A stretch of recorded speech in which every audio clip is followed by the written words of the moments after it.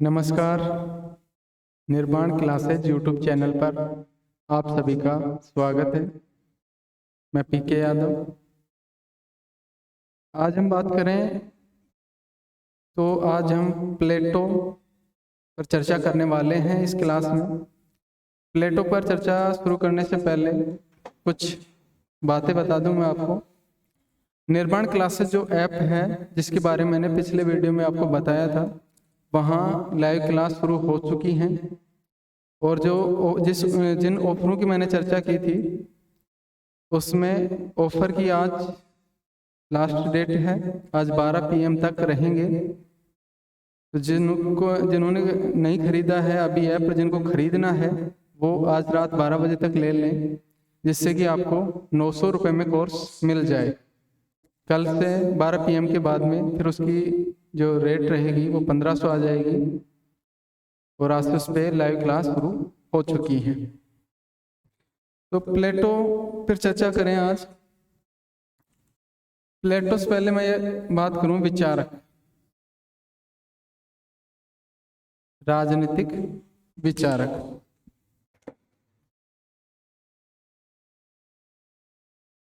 विचारक दो तरह के हैं आपके, पाश्चात्य हैं और इंडियन हैं। तो हम सबसे पहले पाश्चात्य विचारकों को लेकर चलेंगे। पाश्चात्य विचारक में भी सबसे पहले प्लेटो क्रम से चलेंगे, जिस हिसाब से आपके सिलेबस में दे रखा है। प्लेटो को लेकर चलेंगे और फिर उसके बाद में कंटिन्यू चर्चा करेंगे। तो फर्स्ट ग्रेड या स्कूल लेक्चर RPSC द्वारा आयोजित जो परीक्षा है स्कूल लेक्चर की, उसके लिए निर्माण क्लासेज ऐप पर लाइव बैच शुरू हो चुका है और ऑफर जो चल रहा है वो आज रात 12 बजे तक है। तो इसमें भी हम शुरू कौन से विचारक करेंगे? पाश्चात्य। और पाश्चात्य में भी आज लेकर चलेंगे प्लेटो। राजनीतिक चिंतन की हम बात करें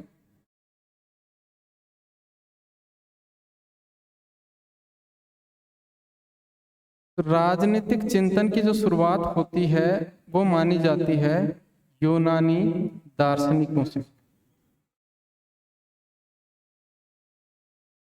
यूनानी दार्शनिकों से इसकी शुरुआत मानी जाती है और यूनानी दार्शनिकों में भी विशेष रूप से हम बात करें तो प्लेटो व अरस्तु से इसकी शुरुआत मानी जाती है। इस संबंध में CL वेपर का कहना है। CL वेपर का कहना है पाश्चात्य राजनीतिक चिंतन की शुरुआत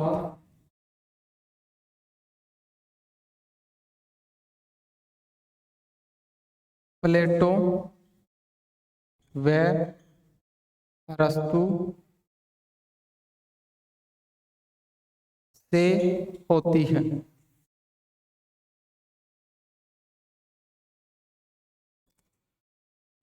दार्शनिक माने जाते हैं, यूनानी दार्शनिक माने जाते हैं।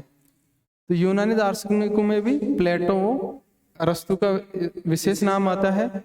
आज हम प्लेटो पर चर्चा करने वाले हैं और इस क्लास में हम प्लेटो के जीवन परिचय के बारे में चर्चा करेंगे। लगभग 1 घंटे की हमारी क्लास होगी और यदि आपको क्लास अच्छी लगे तो इसको लाइक करें, शेयर करें, जिससे अन्य विद्यार्थी भी इस क्लास का लाभ ले सकें। चैनल को सब्सक्राइब कर लें क्योंकि कुछ क्लासें हमारी यूट्यूब पे भी अपलोड होंगी जो निःशुल्क रहेंगी। तो चैनल को सब्सक्राइब भी कर लें जिससे जो भी मेरी नई क्लास आए वो आपको मिल जाए। प्लेटो को शुरू कर लेते हैं आज।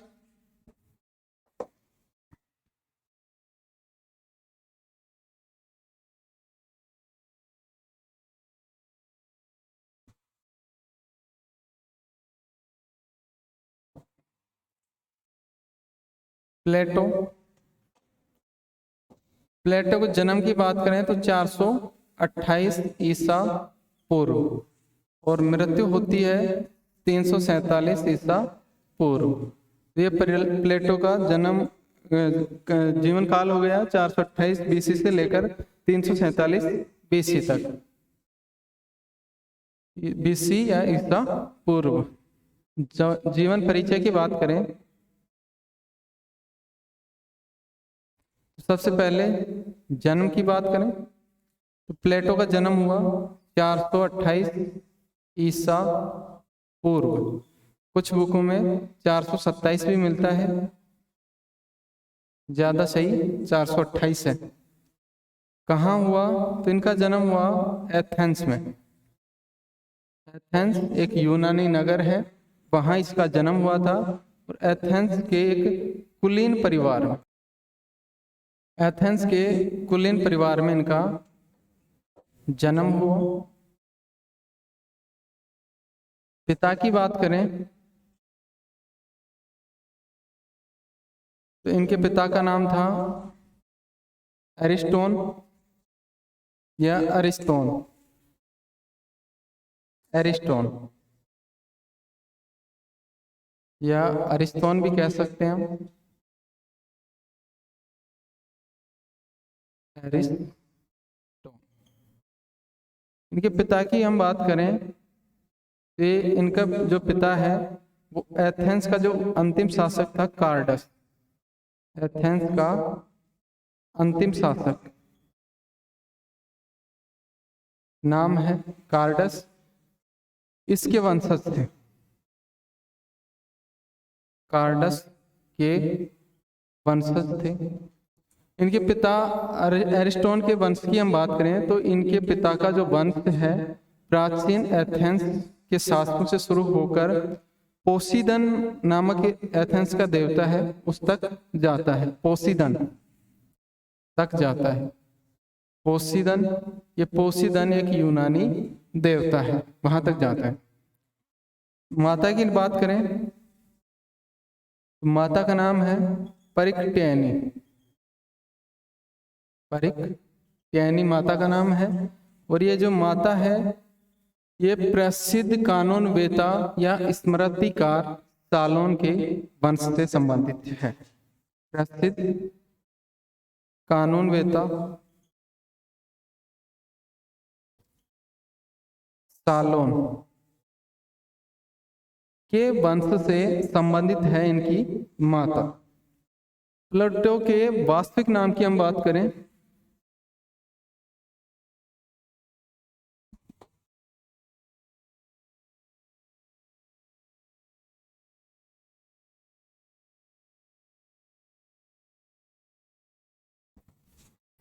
वास्तविक नाम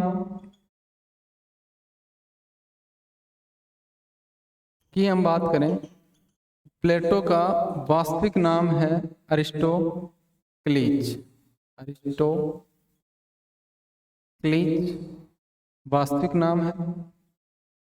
फिर इसका प्लेटो नाम कैसे पड़ा उसकी हम बात करें। प्लेटो नाम देने वाला इनका गुरु था, व्यायाम शिक्षक। व्यायाम शिक्षक ने अरिस्टोक्लीज को प्लेटो नाम दिया। कारण ये था कि अरिस्टोक्लीज हष्ट पुष्ट सुंदर थे और अरिस्टोक्लीज के कंधे चौड़े थे, इस वजह से इनको प्लेटो नाम दिया गया। ये जो प्लेटो है ये शुद्ध यूनानी शब्द की बात करें तो प्लेटोन है, और इस प्लेटोन का अर्थ होता है चौड़ा चपटा, चौड़ा चपटा इसका अर्थ होता है। और ये प्लेटोन ही प्लेटो के रूप में प्रसिद्ध हुआ। और नाम किसने दिया? इनके व्यायाम शिक्षक ने। प्लेटो को अफलातून भी कहा जाता है, अफलातून भी प्लेटो को कहा जाता है। और अफलातून अरबी भाषा का शब्द है, अरबी भाषा में प्लेटो को अफलातून भी कहा जाता है। तो ये बात हो गई वास्तविक नाम की। गुरु की बात करें हम, प्लेटो का जो गुरु है वो है सुकरात। और सुकरात के पास ये 20 वर्ष की आयु में गए थे। जब ये 20 वर्ष के हो गए थे, इन्होंने अपनी प्रारंभिक शिक्षा पूर्ण कर ली थी और 20 वर्ष के बाद ये सुकरात के पास जाते हैं और सुकरात के पास लगभग 8 वर्ष तक रहते हैं और शिक्षा ग्रहण करते हैं। तो 20 वर्ष की अवस्था में प्लेटो अपने गुरु सुकरात के पास जाता है और 8 वर्ष तक रहकर अध्ययन करता है प्लेटो सुकरात के पास।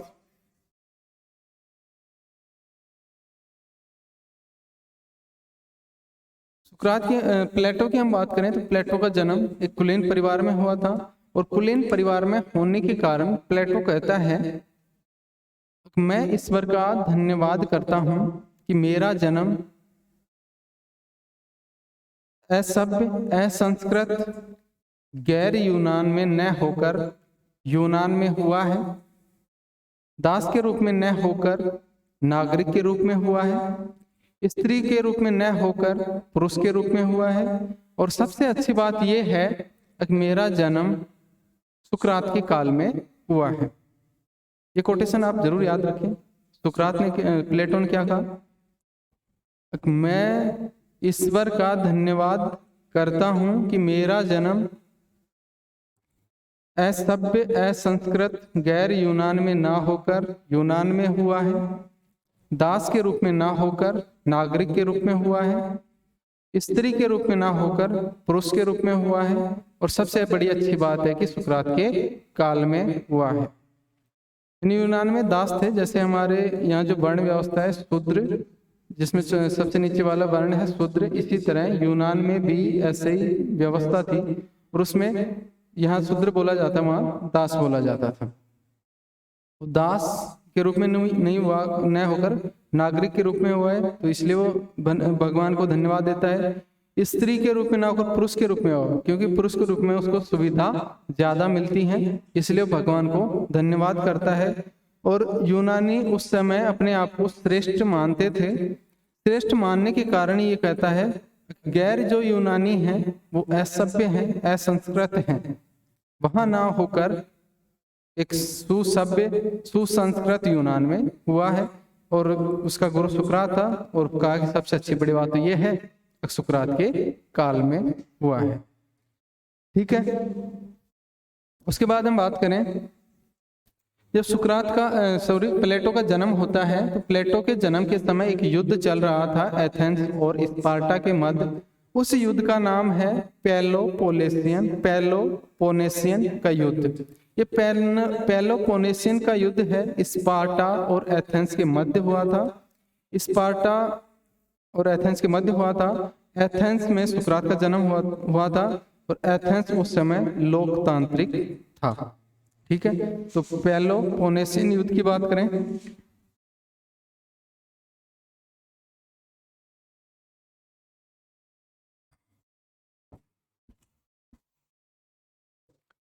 पेलोपोनेशियन युद्ध। पेलोपोनेशियन युद्ध की बात करें तो पेलोपोनेशियन युद्ध था, ये 431 ईसा पूर्व से लेकर 404 ईसा पूर्व तक हुआ था। लगभग 28 वर्ष तक ये युद्ध चला। प्लेटो के जन्म के समय चल रहा था, और ये चला था एथेंस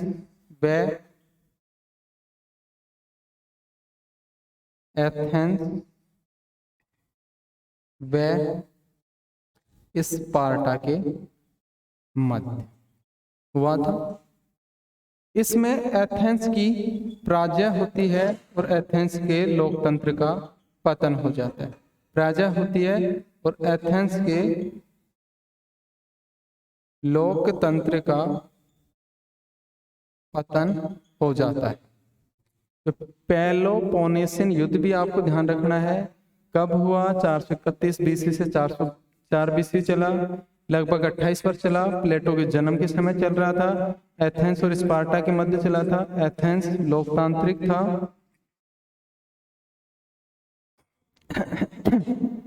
पराजय होती है और पराजय के बाद एथेंस के लोकतंत्र का पतन हो जाता है। हम बात करें प्लेटो की, तो प्लेटो कुलीन वर्ग में उत्पन्न हुआ था और कुलीन वर्ग में उत्पन्न होने के कारण प्लेटो की भी राजनीति में जाने की इच्छा थी। प्लेटो को राजनीति में आमंत्रित भी किया गया था।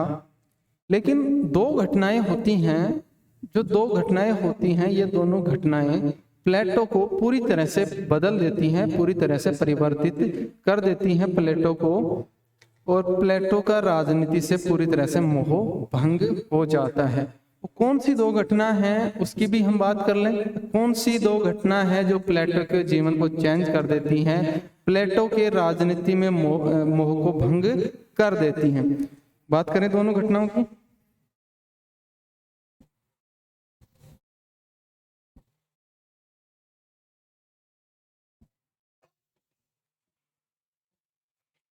तो दोनों घटनाएं हैं,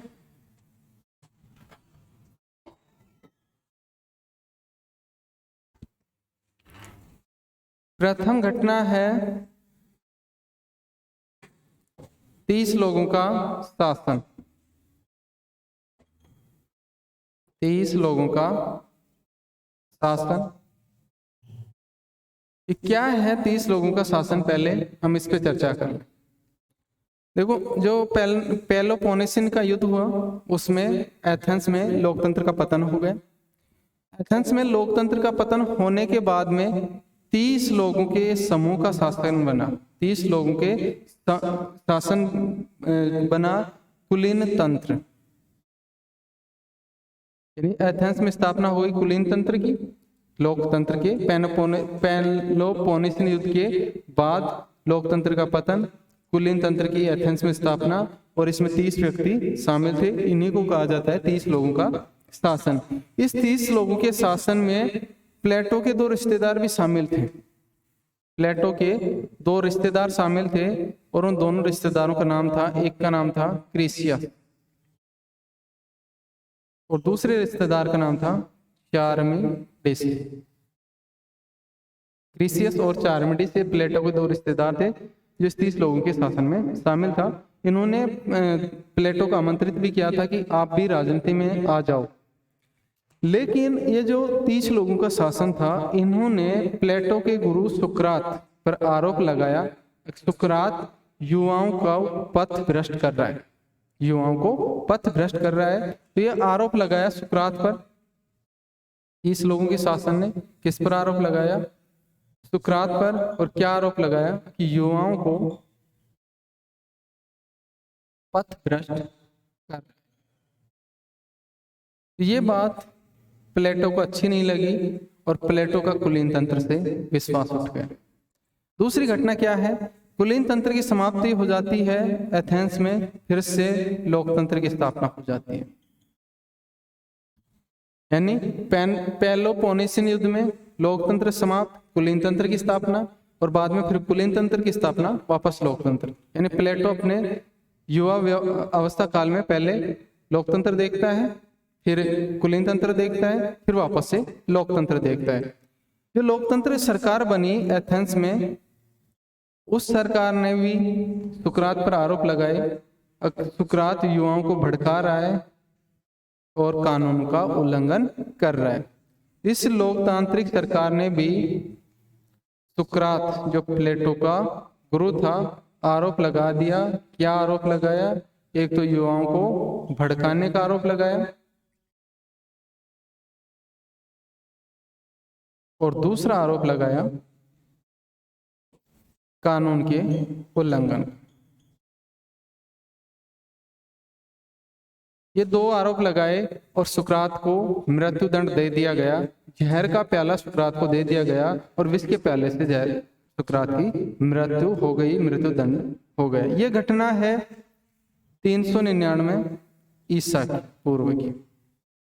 सुकरात की मृत्यु दंड वाली घटना है, ये 399 BC ईसा पूर्व की है।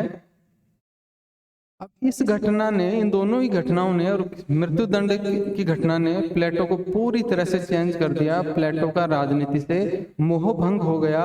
मोह भंग होने के कारण ही इसी परिप्रेक्ष्य में मैक्सी लिखता है, प्लेटो में सुकरात का पुनः जन्म हो गया। ये कोटेशन भी आप याद रखें। इन घटनाओं के कारण मैक्सी क्या लिखते हैं? इन घटनाओं के संबंध में मैक्सी ने लिखा, प्लेटो के रूप में सुकरात का पुनः जन्म हो गया है। प्लेटो के रूप में सुकरात का पुनः जन्म हो गया है। किसने लिखा? तो आप नाम बताएंगे, मैक्सी ने ऐसा लिखा था। ये जो दो घटनाएं थी, इन दोनों घटनाओं को देखने पर प्लेटो कहता है, अगर राजनीति चाहे किसी भी रूप में क्यों ना हो, बुरी ही होती है और एक स्वच्छ शासन के लिए राजनीति को निर्देशित करना अति आवश्यक है। क्योंकि प्लेटो ने देखा कि कुलीन तंत्र भी बुरा था, सुकरात पर आरोप लगाए, लोकतंत्र भी बुरा है, सुकरात को मृत्युदंड दिया। इसलिए कहता है कि चाहे राजनीति लोकतंत्र के रूप में हो, राजनीति कुलीन तंत्र के रूप में हो, राजनीति राजतंत्र के रूप में हो, यानी शासन किसी भी रूप में हो, लोकतंत्र हो, राजतंत्र हो या कुलीन तंत्र हो, प्लेटो के अनुसार सभी क्या होते हैं?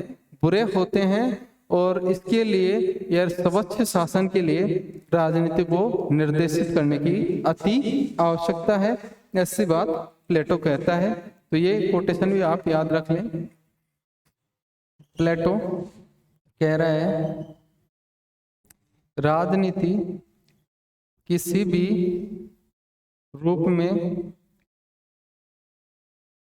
क्यों ना हो, बुरी ही होती है, बुरी ही होती है।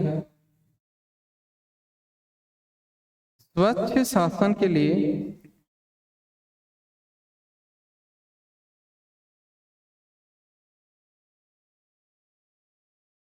स्वच्छ शासन के लिए राजनीति को निर्देशित करना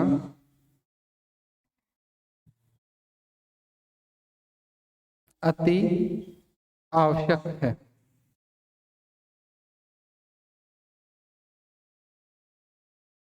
और किस संदर्भ में कहा? जब सुकरात को मृत्युदंड दे दिया गया एथेंस की लोकतांत्रिक सरकार के द्वारा, और उससे पहले कुलीन तंत्र ने भी आरोप लगाया। इस संदर्भ में प्लेटो ये बात कहता है।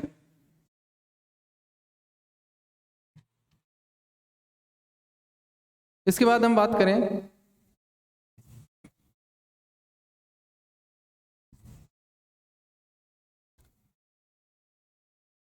सुकरात को मृत्युदंड दिया जाता है 399 ईस्वी पूर्व।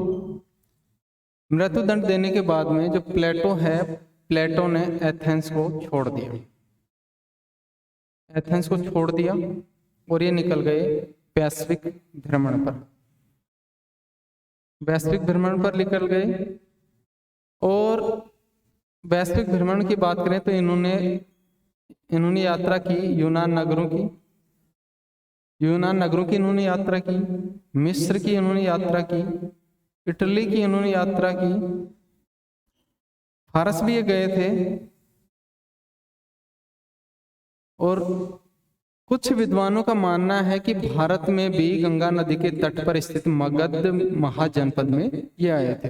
कुछ विद्वानों का मानना है भारत में गंगा नदी के तट पर स्थित मगध में आए थे और मगध में इन्होंने वेदांत दर्शन का अध्ययन किया।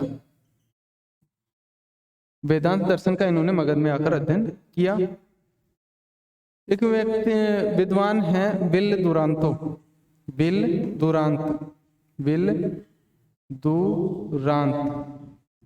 बोल दो या दुरांत बोलो, विल दुरांत भी बोल सकते हैं। इनकी एक पुस्तक है स्टोरी ऑफ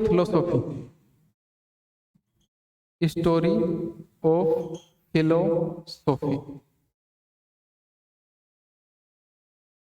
इस पुस्तक में बिल दुरांतो ने लिखा है, प्लेटो ज्ञान प्राप्ति की खोज में, ज्ञान प्राप्ति के लिए भारत में गंगा नदी के तट तक आया और वेदांत दर्शन का अध्ययन किया। प्लेटो ने जो न्याय सिद्धांत दिया है, उस न्याय सिद्धांत का आधार जो बताया है प्लेटो ने, वो कर्तव्य बताया है। और ये जो कर्तव्य आधार बताया है, ये मगध में या भारत में उस समय जो वर्ण व्यवस्था थी, उस वर्ण व्यवस्था पर आधारित है। यानी प्लेटो भारत आया, इस बात का प्रमाण क्या है? तो इस बात का प्रमाण ये है कि प्लेटो ने जो न्याय सिद्धांत का आधार कर्तव्य बताया है, वह भारत की वर्ण व्यवस्था पर आधारित है। तो ये भी ध्यान रखें, प्लेटो के न्याय सिद्धांत का आधार क्या बताया? कर्तव्य। और ये किस पर आधारित है? भारत की वर्ण व्यवस्था पर आधारित है। वर्ण व्यवस्था आप सभी जानते हैं, भारत में जो 4 वर्णों की बात की जाती है, ब्राह्मण, क्षत्रिय, वैश्य और शूद्र, उसी के पर आधारित है। ये इस बात का प्रमाण है कि प्लेटो भारत आया था, और विल दुरांतो ने अपने पुस्तक स्टोरी ऑफ फिलोसॉफी में ऐसा लिखा है।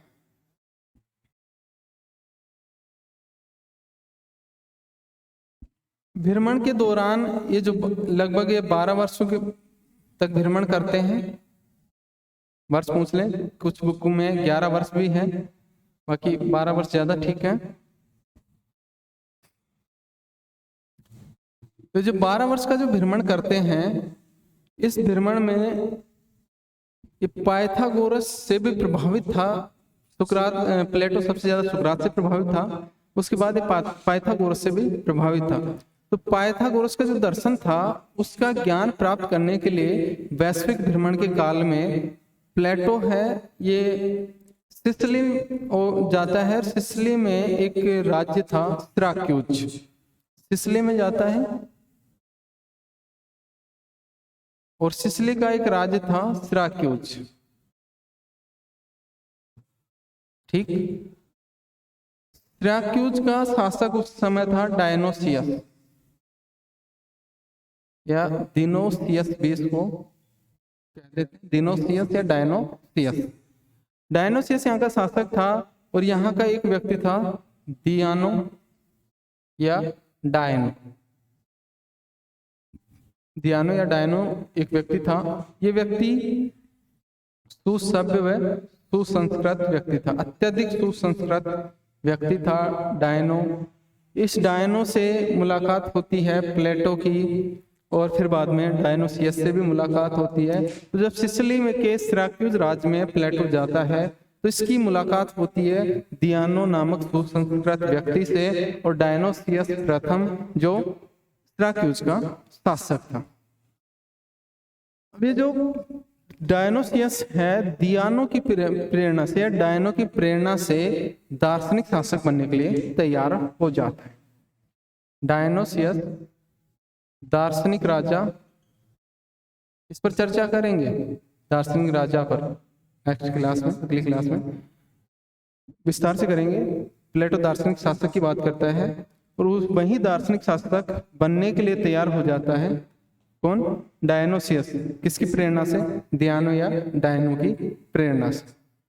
लेकिन बाद में जब प्लेटो ने निरंकुश शासन की आलोचना की, इस खुद डायनोसियस के शासन की आलोचना जब की प्लेटो ने, तो डायनोसियस मुकर गया अपनी बात से और कहा कि मुझे दार्शनिक शासक नहीं बनना है। और इसी कारण बात से मुकरने के बाद में ये जो दियानो या डायनो था, इसको तो निर्वासित कर दिया सिराक्यूज से। क्या कर दिया? निर्वासित कर दिया इसको तो यहां से। और बात करें प्लेटो की, तो प्लेटो को बंदी बना लिया गया, और प्लेटो को दास के रूप में बेच दिया गया एजाइना टापू पर। एक टापू है एजाइना, यहां इसको प्लेटो को दास के रूप में बेच दिया किसने? सिराक्यूज शासक डायनोसियस ने बेच दिया। यहाँ एजाइना जब इनको दास के रूप में बेचा, तो प्लेटो का एक मित्र था जिसका नाम था अनिकैरस, अनिकैरिस।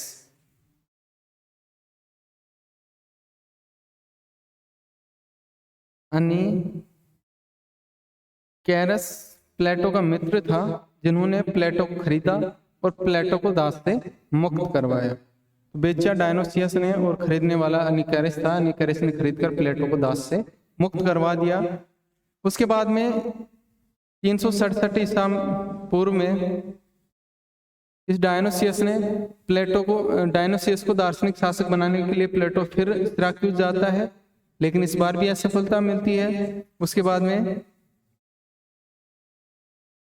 361 बीसी में भी सिराक्यूस जाता है डायनोसियस के आमंत्रण पर। इस बार डायनोसियस ने खुद ने आमंत्रित किया कि मुझे दार्शनिक शासक बनाओ, तो इस वजह से चला गया, लेकिन इस बार भी प्लेटो को सफलता नहीं मिली।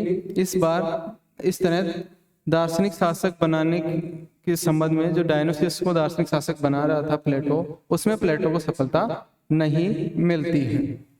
399 में ईसा पूर्व में जब सुकरात की मृत्यु हुई थी तो प्लेटो वैश्विक भ्रमण पर निकल गया था और लगभग 12 वर्षों तक घूमता रहा।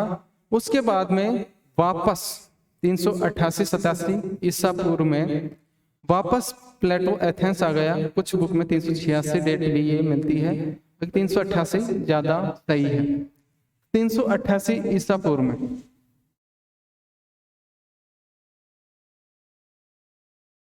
प्लेटो आ जाता है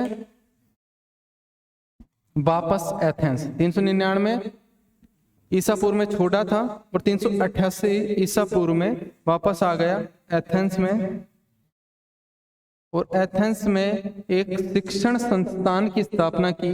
किसकी स्थापना की? शिक्षण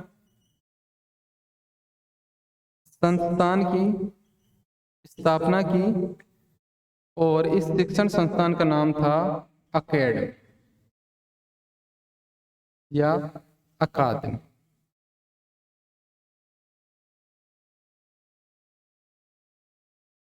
एथेंस में आकर प्लेटो ने एकेडमी या अकादमी नामक शिक्षण संस्थान की स्थापना की।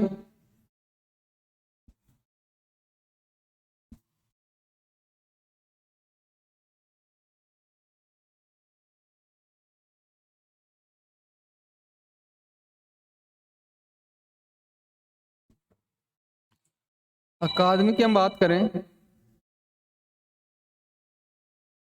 तो अकादमी क्या है? शिक्षण संस्थान है, शिक्षणालय है।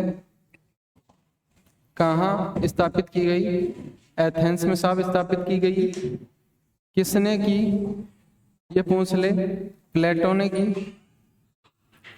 इस अकादमी को यूरोप का प्रथम विश्वविद्यालय कहा जाता है। यूरोप का प्रथम विश्वविद्यालय किसे कहा जाता है? इस अकादमी को कहा जाता है। अकादमी के जो द्वार था, प्रवेश द्वार था, उस पर लिखा हुआ था कि गणित के ज्ञान के बिना अकादमी में प्रवेश का अधिकारी कोई भी व्यक्ति नहीं है। यानी इसमें प्रवेश के लिए प्रमुख योग्यता थी, वो थी गणित। तो इसके प्रवेश द्वार पर लिखा था गणित के ज्ञान के बिना कोई भी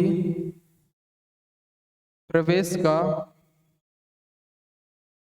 अधिकारी नहीं है, ऐसा इसके प्रवेश द्वार पर लिखा गया था।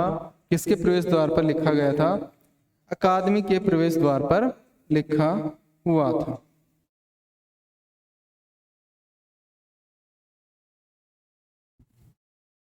ठीक है, यहां तक।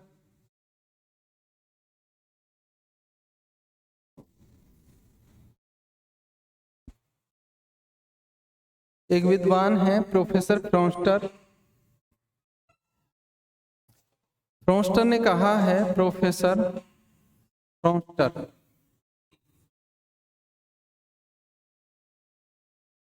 फ्रॉन्स्टर ने कहा है कि प्लेटो की जो अकादमी है केवल बौद्धिक प्रशिक्षण का केंद्र नहीं था, बल्कि यह यूनानी जीवन को सुधारने के लिए आवश्यक राजवैज्ञानिकों तथा शासकों के निर्माण की कार्यशाला था। क्या लिखा? अकादमी केवल बौद्धिक प्रशिक्षण की संस्थान ही नहीं था, बल्कि यूनानी जीवन को सुधारने के लिए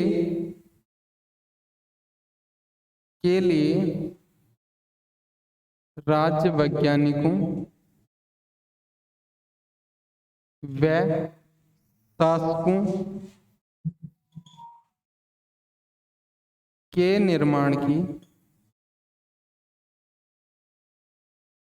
कार्यशाला था। ये किसने लिखा है अकादमी के संबंध में? प्रोफेसर फ्रॉस्टर ने। हम बात करें बारकर की। बारकर ने 2 लक्ष्य बताए हैं।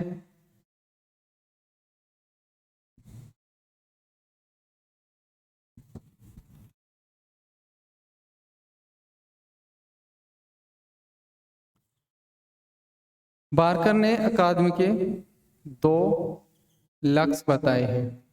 पहला लक्ष्य इन्होंने बताया कि अकादमी विशुद्ध शोध का केंद्र थी।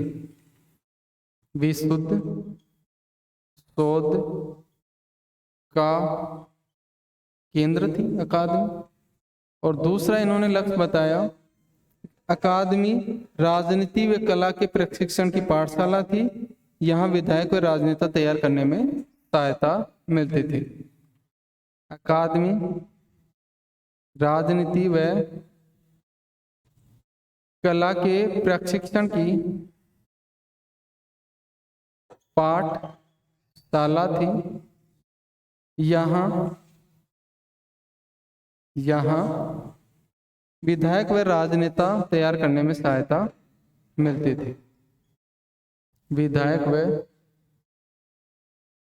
राजनेता तैयार करने में सहायता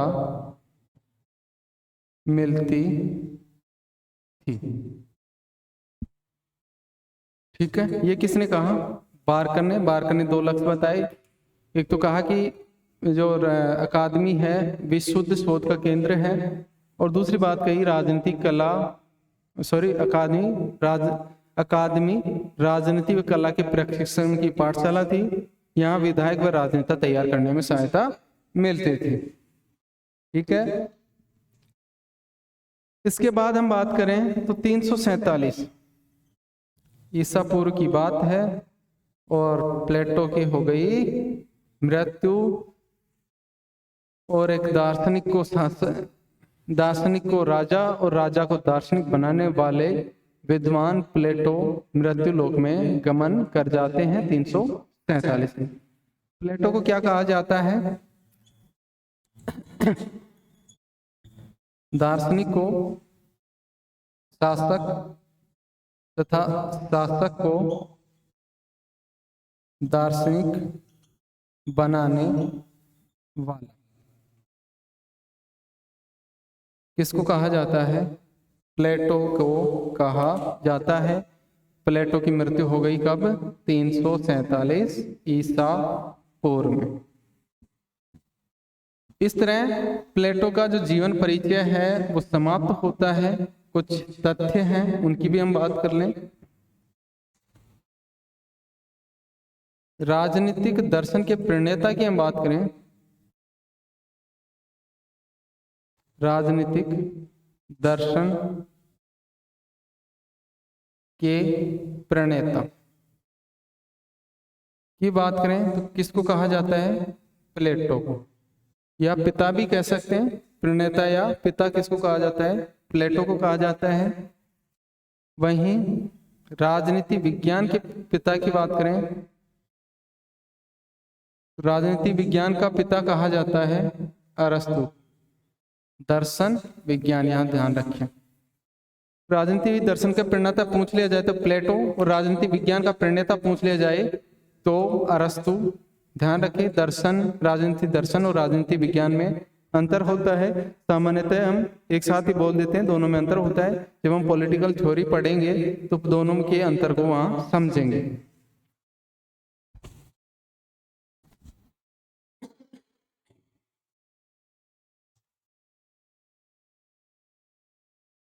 वैज्ञानिक राजनीति के पिता।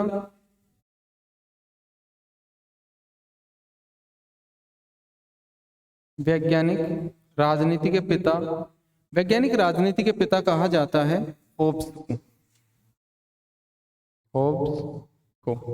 होब्स को उपभोक्तावाद का जनक भी कहा जाता है। वैज्ञानिक व्यक्तिवाद के पिता,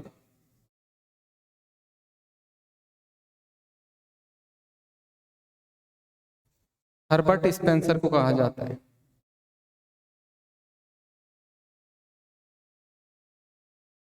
हर्बर्ट स्पेंसर को वैज्ञानिक व्यक्तिवाद का पिता कहा जाता है।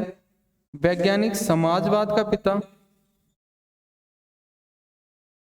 कहा जाता है कार्ल मार्क्स को। वैज्ञानिक समाजवाद का पिता कार्ल मार्क्स को कहा जाता है। प्लेटो को की बात करें तो प्लेटो को राजनीतिक दर्शन का प्रणेता, इसी के साथ साथ मानकीय राजनीति सिद्धांत का प्रणेता भी कहा जाता है। इसको राजनीतिक आदर्शवाद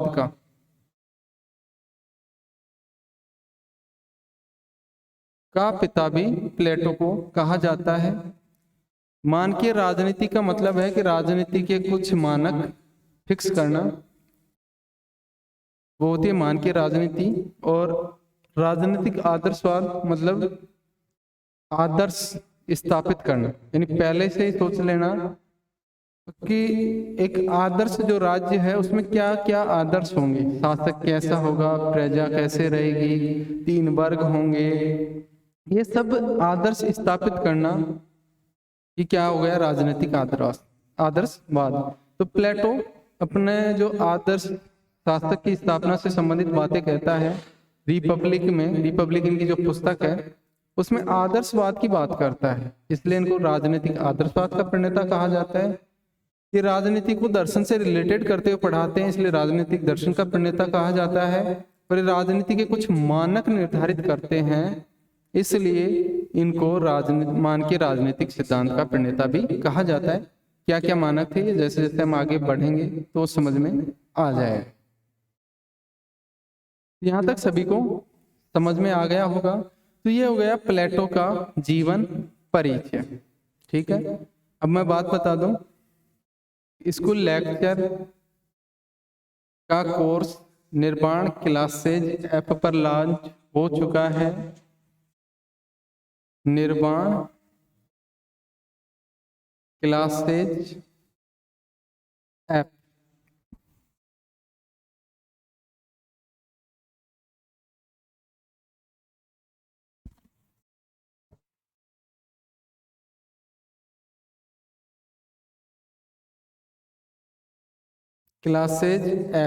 गूगल प्ले स्टोर से डाउनलोड कर सकते हैं।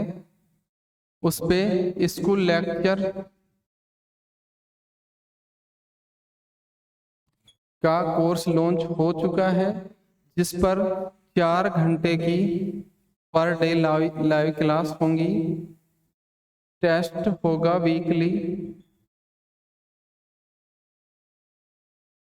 वीकली के साथ साथ मॉडल टेस्ट होंगे। ये मॉडल टेस्ट आरपीएससी के पैटर्न पर आधारित होंगे और 1 साल तक रहेंगे, क्योंकि आपके कोर्स की वैलिडिटी 1 साल रहेगी। कोर्स आपका 4 महीने में कंप्लीट हो जाएगा, लेकिन टेस्ट आपके पूरे 1 साल चलेंगे, या फिर एग्जाम तक, यानी 1 साल से पहले एग्जाम हो जाती है तो तब तक चलेंगे। इसी के साथ ऐप में पीडीएफ नोट्स, और ये भी कैसे होंगे, हैंड रिटन, हाथ से लिखे हुए, मेरे खुद के तैयार किए हुए पीडीएफ नोट्स होंगे। और ये सब मिलते हैं मात्र 1500 में। और अभी आज रात 12 PM तक ऑफर चल रहा है, क्योंकि हमने 3-4 दिन पहले ऑफर निकाला था, जब इससे पहले एक वीडियो डाला था। उसमें ऊपर निकाला था, उस ऑफर की वैलिडिटी आज रात तक है और आज रात 12 PM तक इसको हम 900 में प्राप्त कर सकते हैं, उसके बाद ये 1500 में मिलेगा। ठीक है, तो इसमें काफी कुछ मिल रहा है मात्र 1500 में। 4 घंटे live class per day, test 2 तरीके के, वीकली, मंथ और मॉडल टेस्ट, ये साल भर चलेंगे।